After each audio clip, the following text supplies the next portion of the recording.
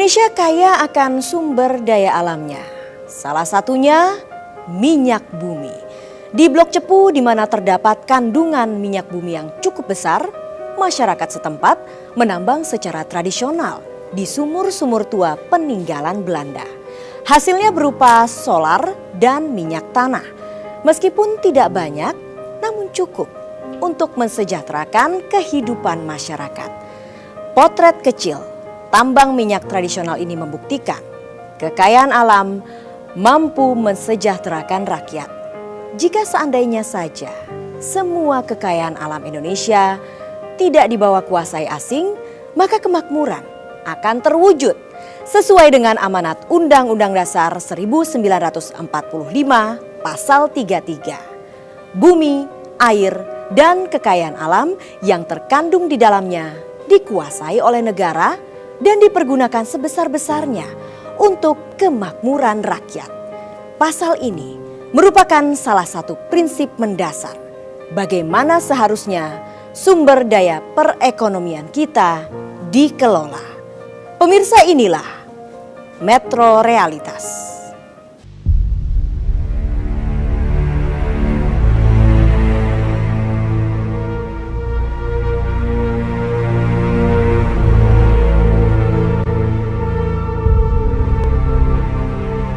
Jutaan barel minyak bumi mengalir dari perut Pulau Jawa, tepatnya di Blok Cepu.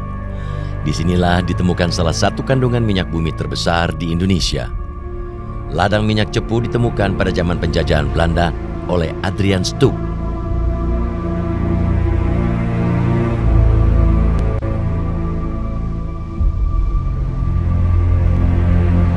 Ladang minyak Blok Cepu dikelola oleh Belanda melalui perusahaan milik Adrian Stoop, yaitu The Deutsche Petroleum Maatschappij. Kemudian beralih nama menjadi Batasche Petroleum Maatschappij, dan perusahaan BPM inilah yang paling lama menguasai Blok Cepu sepanjang sejarah.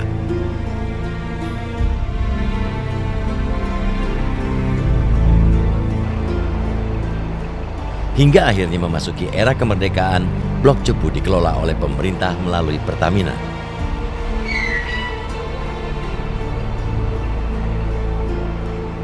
Dari beberapa ladang minyak di Blok Cepu, 95% terdapat di Kabupaten Bojonegoro dan sekitar 4% terdapat di Kabupaten Blora. Blok Cepu selain dikuasai oleh PT Pertamina, juga dikuasai oleh perusahaan minyak asing. Tak ayal, negara hanya mendapat sedikit royalti dari bagi hasil minyak bumi.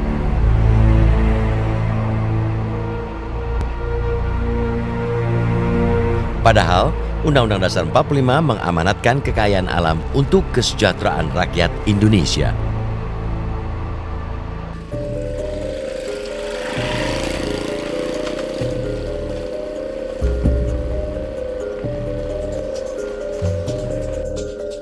Di Desa Wonocolo, Kabupaten Bojonegoro masih terdapat sumur tua minyak bumi.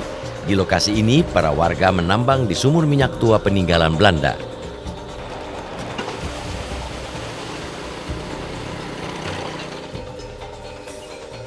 Mereka juga secara berkelompok mencari, menggali, serta menambang sumur minyak baru secara tradisional.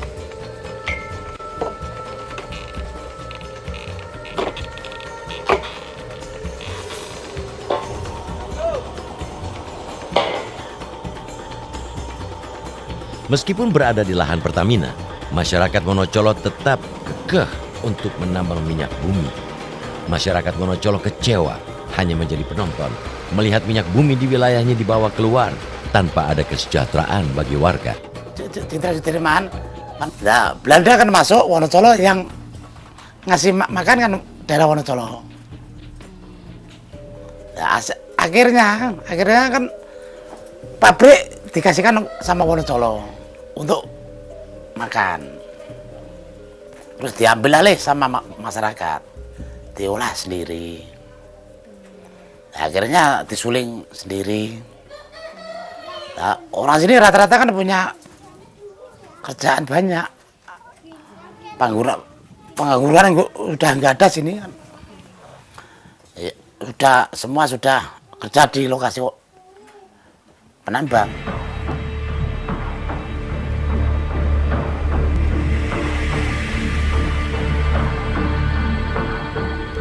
Dahulu, minyak bumi yang ditambang oleh masyarakat dikelola oleh Koperasi Unit Desa atau KUD Bogo Sasono.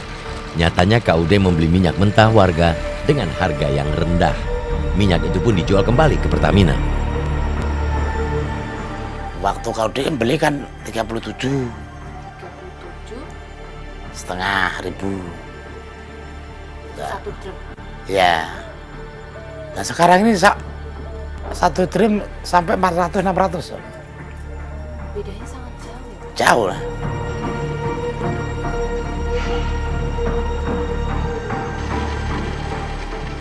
Di desa Wonocolo terdapat ratusan sumur minyak peninggalan Belanda.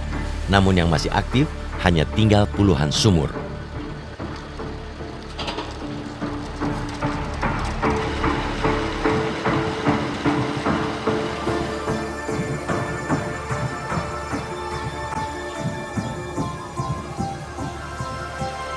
Beberapa sumur masih ada yang menggunakan tali dan ditarik beramai-ramai.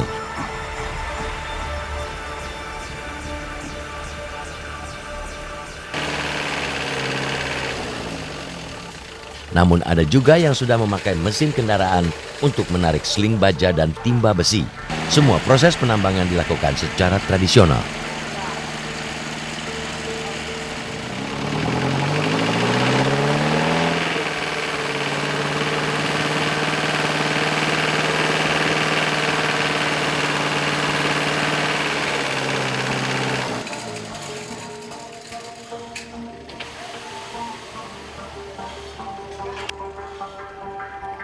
Setiap harinya, sumur tua yang dikelola tradisional ini bisa menghasilkan 3 hingga 10 dram minyak mentah.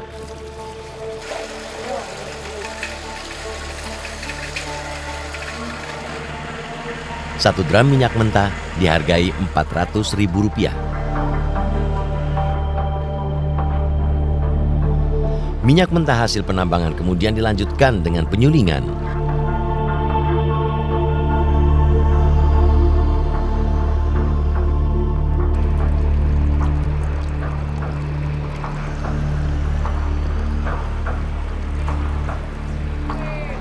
Hasilnya didapatkan solar dan minyak tanah.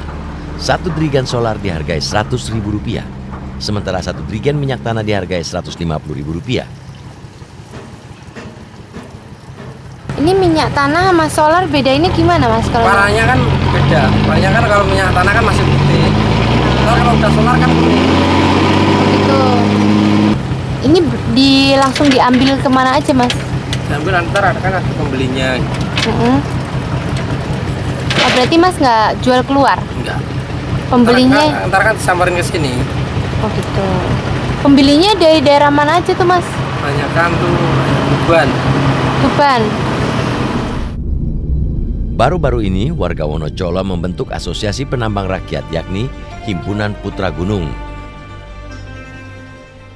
Dari warga, inisiatif warga, jadi ada unek-unek warga, kita pengen jadi satu, pengen menyatukan visi lah katakannya, visi di pertambangan, usaha pertambangan rakyat.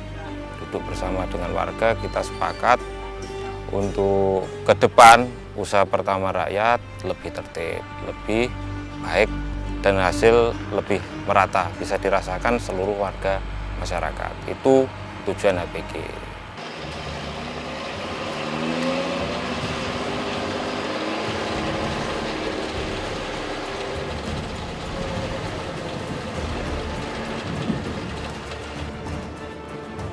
Setiap harinya, rengkek atau motor yang membawa minyak hilir mudik di desa ini untuk membeli minyak langsung dari penambang atau pengepul. Sering beli di Mas Ali nih? Sering beli? Udah langganan. Oh udah langganan? Biasa, berarti tiap hari beli di sini? Tiap hari. Biasa seharinya beli berapa jerigen mas? Ya tergantung alinya yang buatnya. Oh, biasanya sehari mas bawa berapa? Berapa? Ya tergantung di lapangan sini. Biasanya rata-rata? Rata-rata ya 9-10 jerigen gitu. 90 jerigen? Iya. Oh, terus mas jual kemana lagi? Penampungnya ada. Tak mudah untuk menemui pengepul minyak. Jenisnya yang kita beli itu jenis minyak tanah. Tapi minyak tanah sampai sini kita beli masih proses lagi. cuma bukan disuling langsung dijual, enggak. Disuling, kita beli, kita proses lagi, baru kita jual.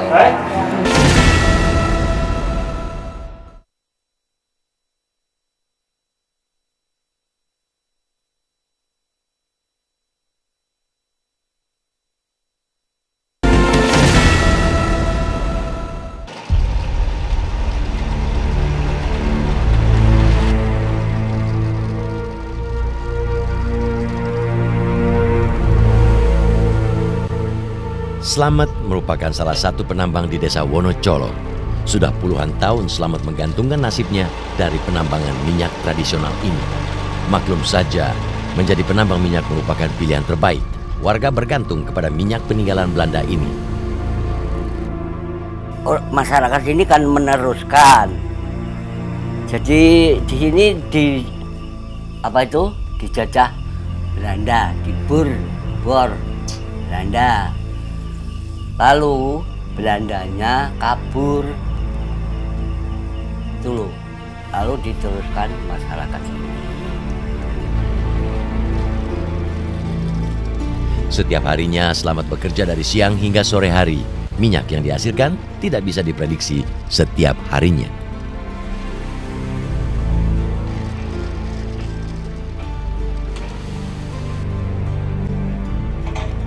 Berkat pertambangan minyak rakyat, kehidupan warga menjadi lebih sejahtera.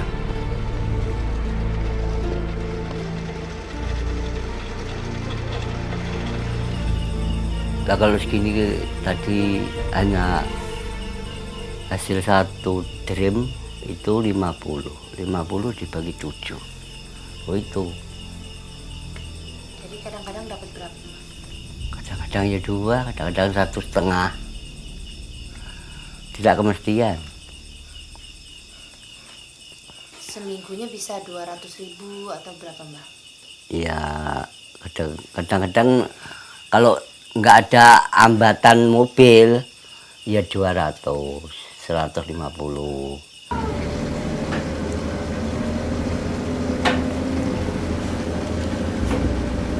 Perjuangan warga untuk membuka sumur minyak tidaklah mudah.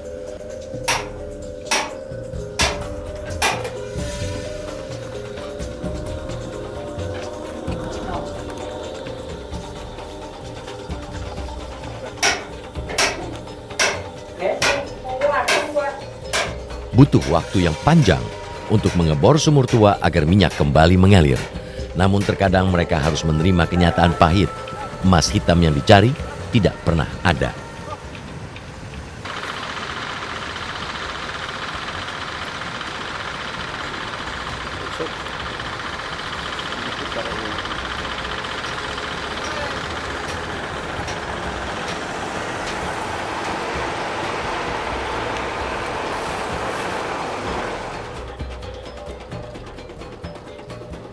Warga berharap dapat terus mengelola sumur minyak di desa Wonocolo. Tambang minyak merupakan satu-satunya sumber nafkah bagi warga.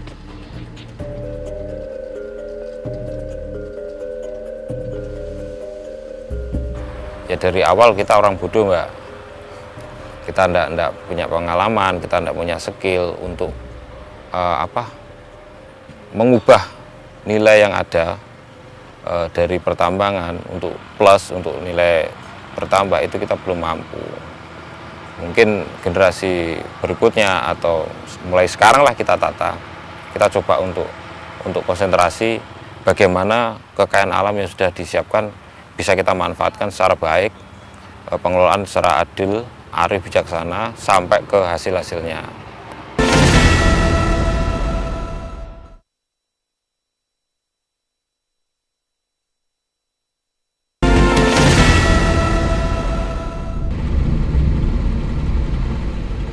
Tambang minyak rakyat meninggalkan limbah. Kerusakan alam pun tak terhindarkan. Tambang rakyat ini tak mendapat perhatian serius dari pemerintah Kabupaten Bojonegoro. Pemerintah daerah seakan-akan tidak bisa berbuat banyak terkait tambang tradisional Wonocolo. Kita tidak terlalu banyak masuk ke dalam area sana untuk pengaturan, karena wilayah pertambangannya adalah dari Pertamina, sehingga kalau kita mau jujur, karena belum ada izin eksplorasi dan eksploitasi, artinya bahwa selama ini yang berjalan di sana adalah masih pada kategori tanda kutip ilegal kan. Nyatanya, tambang minyak rakyat ini telah menyerap ratusan tenaga kerja warga desa Wonocolo. Dengan minyak ini, kehidupan warga semakin sejahtera.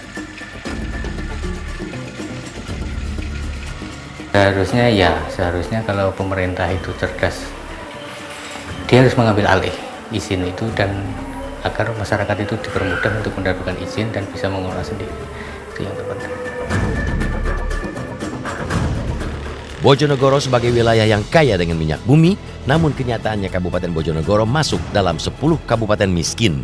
Sungguh sebuah ironi. Di Bojonegoro ini Mbak tahu ke depan mempunyai prospek bagus yang memberikan kontribusi signifikan di dalam produksi migas nasional ya. Tetapi pada satu sisi Bojonegoro ini masih masuk 10 besar Jawa Timur untuk kabupaten termiskin. Artinya kabupaten dengan penduduk miskin yang masih terbanyak di Jawa Timur.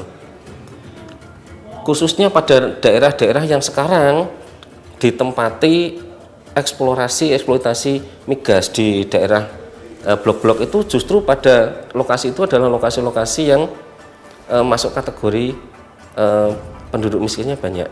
Nah, tidak ada hal lain yang bisa dilakukan oleh Pemkab untuk melindungi, untuk mengayomi, untuk memberikan peluang bagi masyarakatnya turut berperan di dalam produksi migas, kecuali melalui pemberdayaan konten lokal yang dituangkan di dalam Perda 23 2011. Terlebih lagi, pemasukan Pemkab Bojonegoro dari minyak tidaklah sebanding dengan pendapatan perusahaan minyak asing yang beroperasi di daerah ini. Kabupaten Bojonegoro hanya mendapat jatah 6%, Provinsi Jawa Timur mendapat bagian 3%, 0,5% untuk pendidikan dan 6% dibagikan kepada semua kabupaten dan kota yang ada di Provinsi Jawa Timur. Bagi hasilnya sampai dengan saat ini untuk produksi Bojonegoro yang sekarang kurang lebih 64.000 barrel per day ya, untuk tahun 2011 kemarin sekitar 130 miliar. Perkiraan untuk produksi puncak nanti tahun 2016 sekitar 185.000 barrel per day, kita mendapatkan sekitar 700 sampai 750 miliar. Itu pun dengan catatan dana alokasi umum kita pasti itu terkurangi karena sudah ada rumusannya tersendiri di sana.